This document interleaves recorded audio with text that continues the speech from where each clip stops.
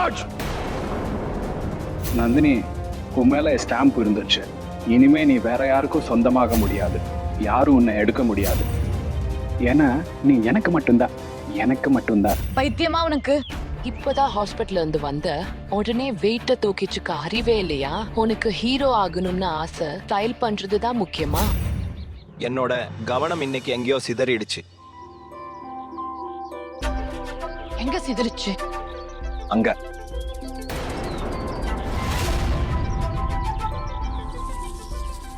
இது நாக புஷ்பம்.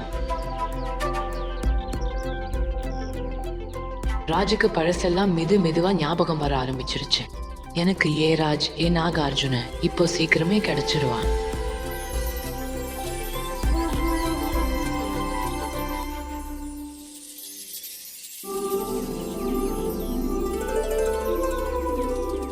இதுக்கு முன்னாடி நான் இவ்வளவு அழகான பூவை பார்த்ததே இல்லை. கோல்பூர்ல நூற்றுக்கணக்கான பூ இருக்கு, ஆனா இந்த பூ மாதிரி ஒரு அழகு நான் பார்த்ததே இல்லை. என் பார்வையை இதுல இருந்து எடுக்கவே முடியல. இது எப்படி தெரியுதுன்னா, இந்த பூ நம்மள கூப்பிடுற மாதிரியா இருக்கு. நம்ம கிட்ட ஏதோ சொல்ல துடிக்குது.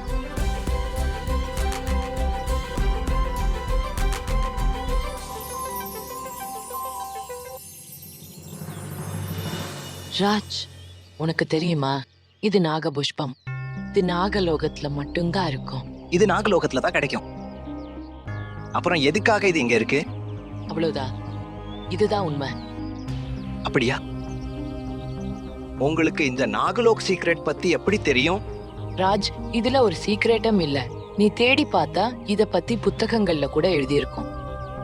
And you can find on internet also. அப்படியும் இருக்கலாம்.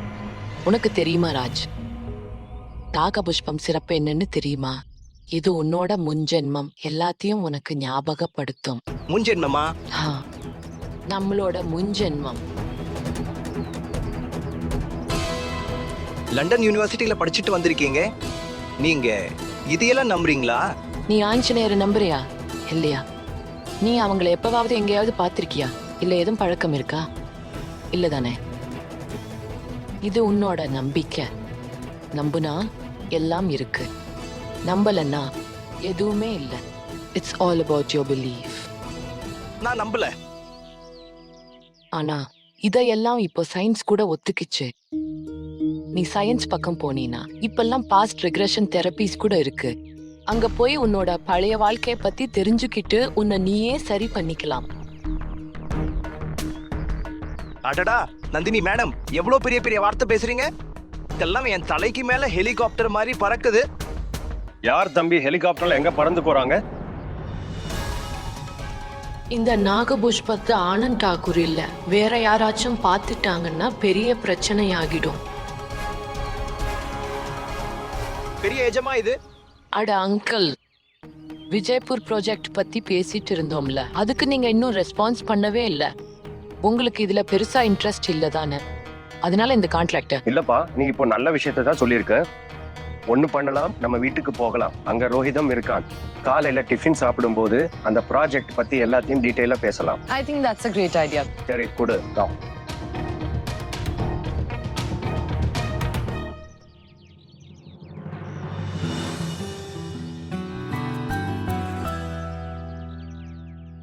Rohit,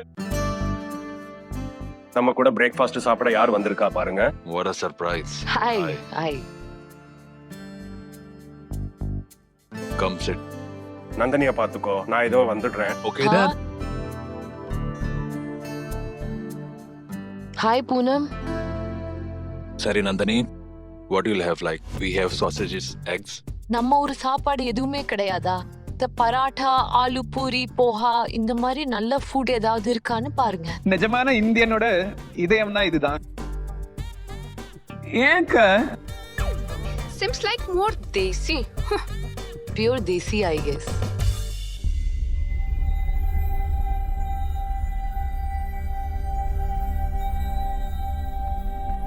Chill Rohit.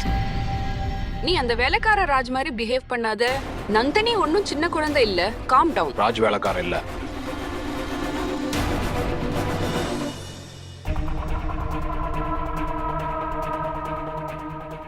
அவ என் நண்பன், ப்ளீஸ் அவனை காப்பாத்துங்க.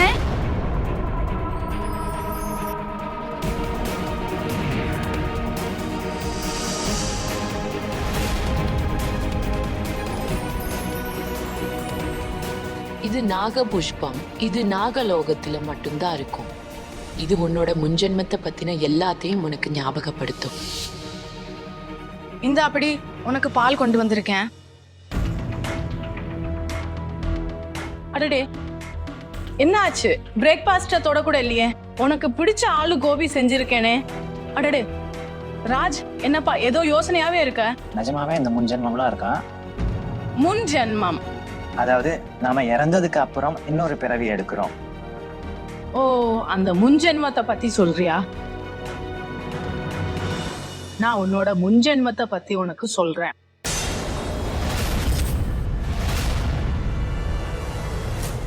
என்னப்பா விஷயம்? எல்லாம் ஓகே தானே?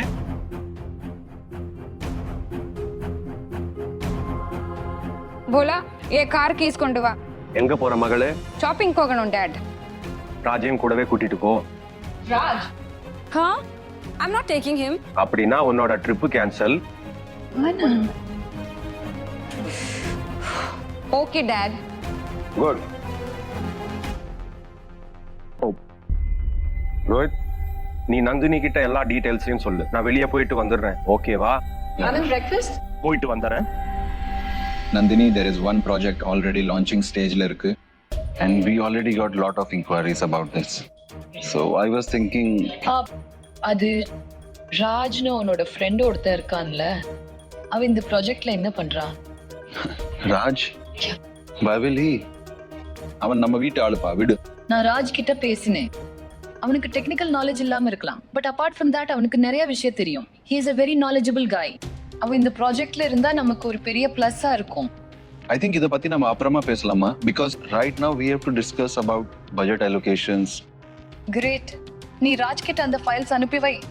நான் எல்லாத்தையும் படிச்சு பார்க்கறேன். ஏன் ராஜ் கிட்ட ஃபைல்ஸ் அனுப்பணும்? I can mail you, right? Yeah, I think that's the best idea you can mail me. நான் கிளம்புறேன், கொஞ்சம் வேலை இருக்கு. As you soon. வணக்கம் aunty. Thank you. Nandini, Bye. நான் இன்னும் பேசி முடிக்கவே இல்லை.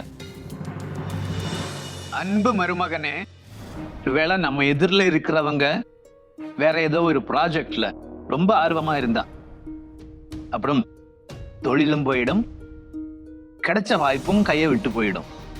லைஃப் ஒன்றும் அவ்வளோ ஈஸி இல்லப்பா. இதை நீ எவ்வளோ சீக்கிரம் கத்துக்கறியோ அவ்வளோ சீக்கிரம் உனக்கு எல்லாம் புரியும். புரிஞ்சதா?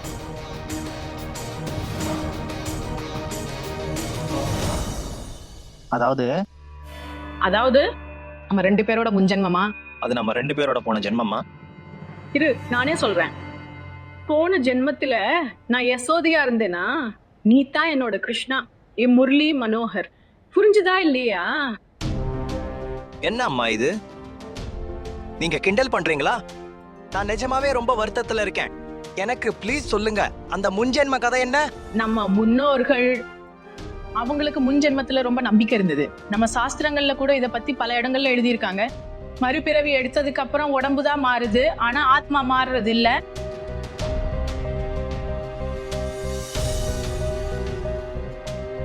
ராஜங்க ஏன் இன்னும் பிரேக்ஃபாஸ்ட் சாப்பிடல? ராஜ், எல்லாரும் வெயிட் பண்ணிட்டு இருப்பாங்கல்ல. பிரேக்ஃபாஸ்ட் செஞ்சுட்டு தான் இருக்கேன், நிம்மதியா சாப்பிட விடுங்கப்பா. சரி, சீக்கிரம் வாங்க, இந்த வெங்காயத்தை வெட்டி தாங்க. நானா? ஆமா, அப்புறம் எப்படி சாப்பாடு கிடைக்கும்? நீங்க வெங்காயத்தை வெட்டுங்க, நான் போய் யாருன்னு பாக்குறேன். அட, விமானத்துல ஏறி இப்போ யார் இங்க வந்திருக்கான்னு தெரியல. அட மகளே பூனம், ராஜ் அனுப்புங்க. அவன் இப்ப சாப்பிட்டுட்டு இருக்கான். அப்ப நான் அவனுக்காக காத்துட்டு இருக்கணுமா? காத்துட்டு தான் இருக்கணுமா? ஏன்னா ராஜ் காலையில சாப்பிடாம ஒரு அடி கூட எடுத்து வைக்க மாட்டான். வாட்? ராஜ், ராஜ், ராஜ். அட சின்ன எஜமானி, ஆல் ஓகே?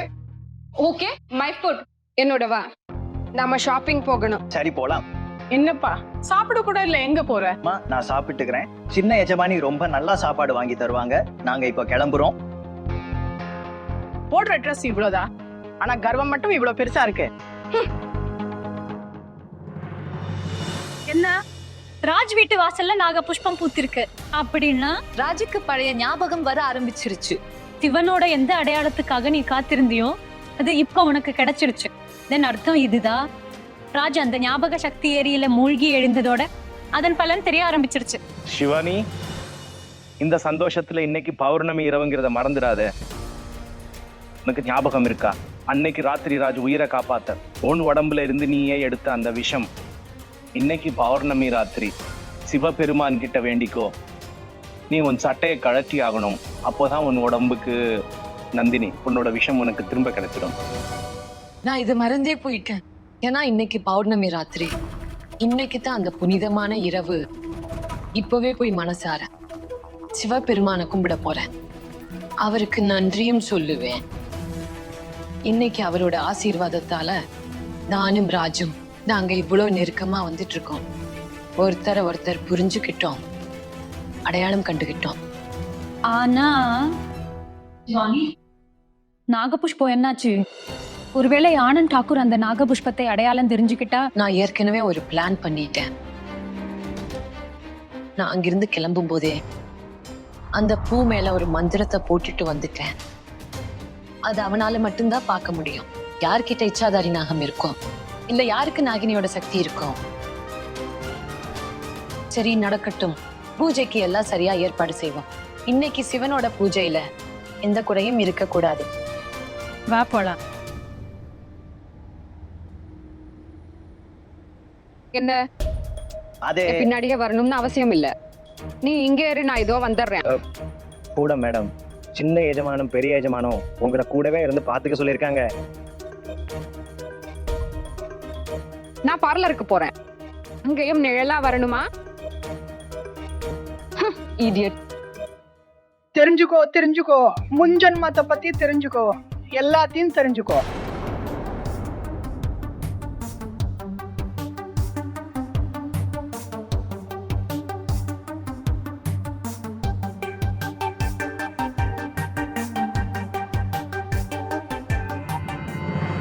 பண்டித் கேவலானந்த் இருக்காரே, அவரு உங்களோட இந்த பிறவி முன்ஜென்மம் எல்லாத்த பத்தியும் சொல்லிடுவாரு.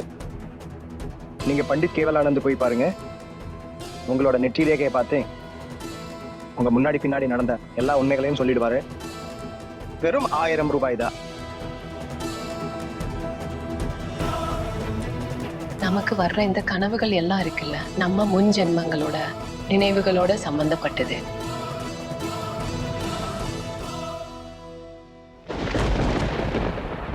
ஓம் நம சிவாய், ஓம் நம சிவாய், ஓம் நம சிவாய், ஓம் நம சிவாய், ஓம் நம சிவாய், ஓம் நம சிவாய்.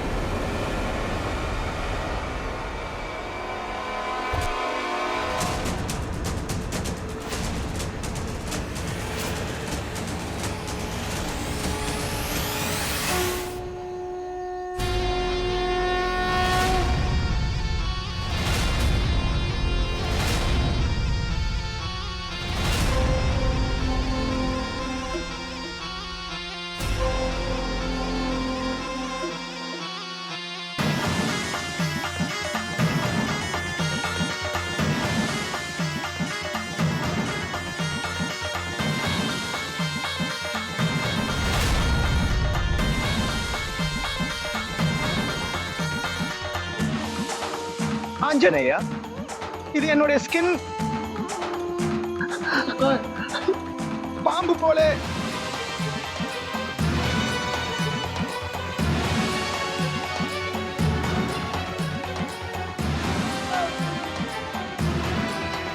இது எங்க நடக்குது ஆஞ்சநேயா? ஓம் நம சிவாய். ஓம் நம சிவாய்.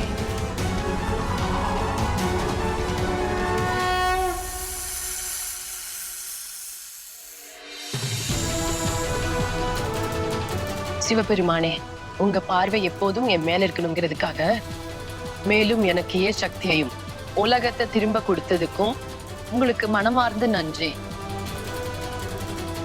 இப்போ நான் முழுசா இச்சாதாரி ரூபத்துக்கு வந்துட்டேன். ஆனா சிவபெருமானே, நான் ஆசைப்படுறேன் ராஜுக்கும் அவனோட முன்ஜென்மம் ஞாபகம் வரணும்னு.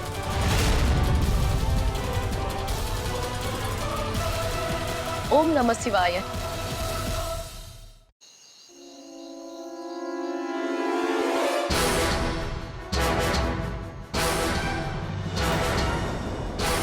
இது என்ன? என்னோட ஸ்கின்.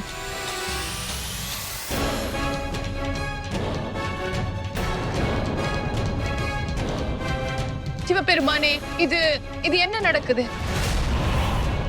என் கை, என் கால் எல்லாம் மறையிற மாதிரி இருக்கே. இது என்ன சக்தி? என்ன நோக்கி ஏதோ ஒண்ணு இருக்குதே. எனக்கு உதவுங்க சிவபெருமானே, எனக்கு உதவி செய்யுங்க. எனக்கு உதவுங்க சிவபெருமானே.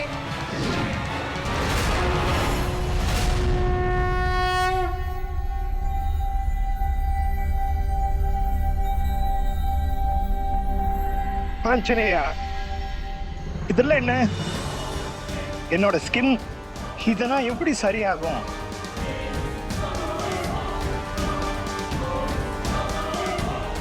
இல்ல, இது கண்டிப்பா கற்பனையா இருக்காது. ஏன்னா நான் அதை உணர்ந்தேன் ஆஞ்சநேயா. என் கண்ணாலேயே பார்த்தேன். என்னோட ஸ்கின் நிஜமாவே பாம்பு மாதிரி மாறி இருந்தது. ஆனா பாம்பு, ஏன் பாம்பு மட்டும்? இப்போ எல்லாரும் அந்த பாம்பாட்டி கிட்ட பிஸியா இருப்பாங்க. சிவானியை அந்த கூடைக்குள்ள இருந்து வெளியெடுக்க இதுதான் கரெக்டான நேரம்.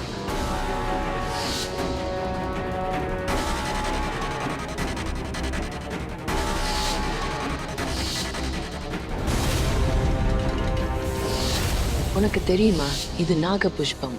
இது நாகலோகத்துல மட்டும்தான் இருக்கும். ராஜ், இந்த நாக புஷ்பத்துக்கு ஒரு விசேஷம் இருக்கு. இது உன்னோட முந்தைய ஜென்மம் எல்லாம் நினைவுக்கு கொண்டு வரும்.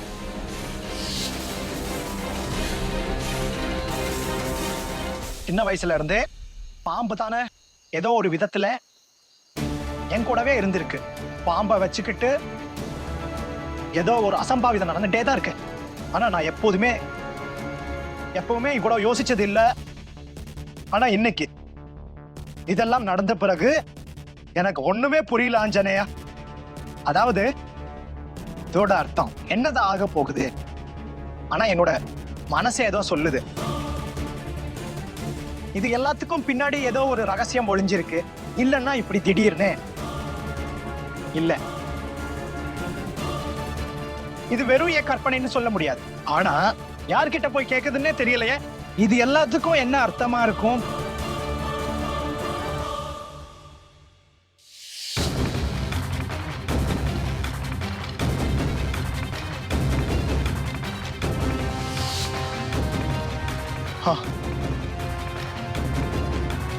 அந்த முன்ஜென்மத்தை பத்தி சொல்ற பண்டிதர், அவரால் தான் இந்த சிக்கலை தீர்க்க முடியும்.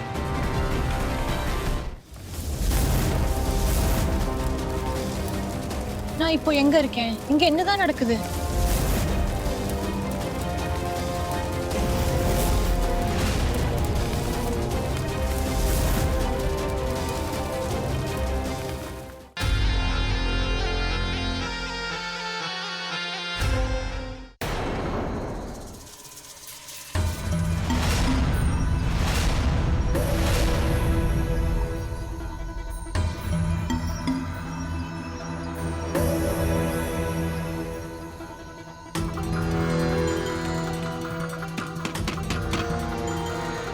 பண்டிதரே, கதவை திறங்க.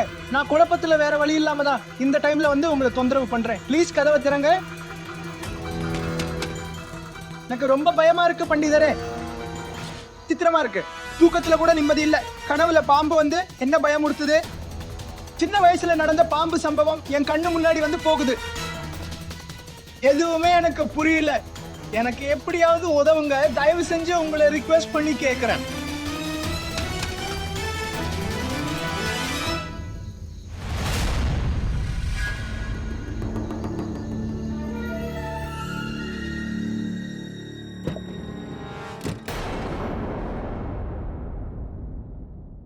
உள்ளவா.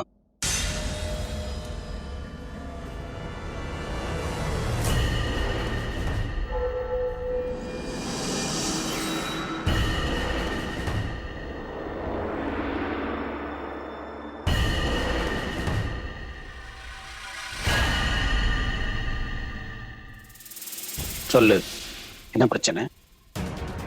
நாராஜ், எனக்கு விசித்திரமான விஷயங்கள்லாம் நடக்குது. சின்ன வயசுல அந்த பாம்பால எனக்கு ஒரு விபத்து நடந்தது. அடிக்கடி என் கண் முன்னாடி வந்துருது. தூங்கும் போதே என்னோட கனவுல பாம்புகளா வருது. பண்டிதரே, இன்னைக்கு நான் ரொம்ப பயந்துட்டேன். ஒரு விசித்திரம் நடந்துருச்சு. என் கையில அந்த பாம்போட தோலே தெரிஞ்சது. ஆஞ்சநேயர் மேல சத்தியமா சொல்றேன். இங்க வந்த பண்டிதரே, எனக்கு தெரியல. எனக்கு ஒண்ணு மட்டும் தோணுது. என் முன் ஜென்மத்துக்கும் பாம்புக்கும் ஏதோ தொடர்பு இருக்கு. அது நிஜம் தானே பண்டிதரே? காப்பாத்துங்க காப்பாத்துங்க காப்பாத்துங்க காப்பாத்துங்க காப்பாத்துங்க காப்பாத்துங்க காப்பாத்துங்க. காப்பாத்துங்க.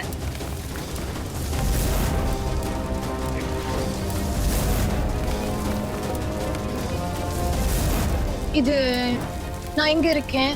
அப்புறம் இவ்வளவு நெருப்பா? இங்க என்னதான் நடக்குது?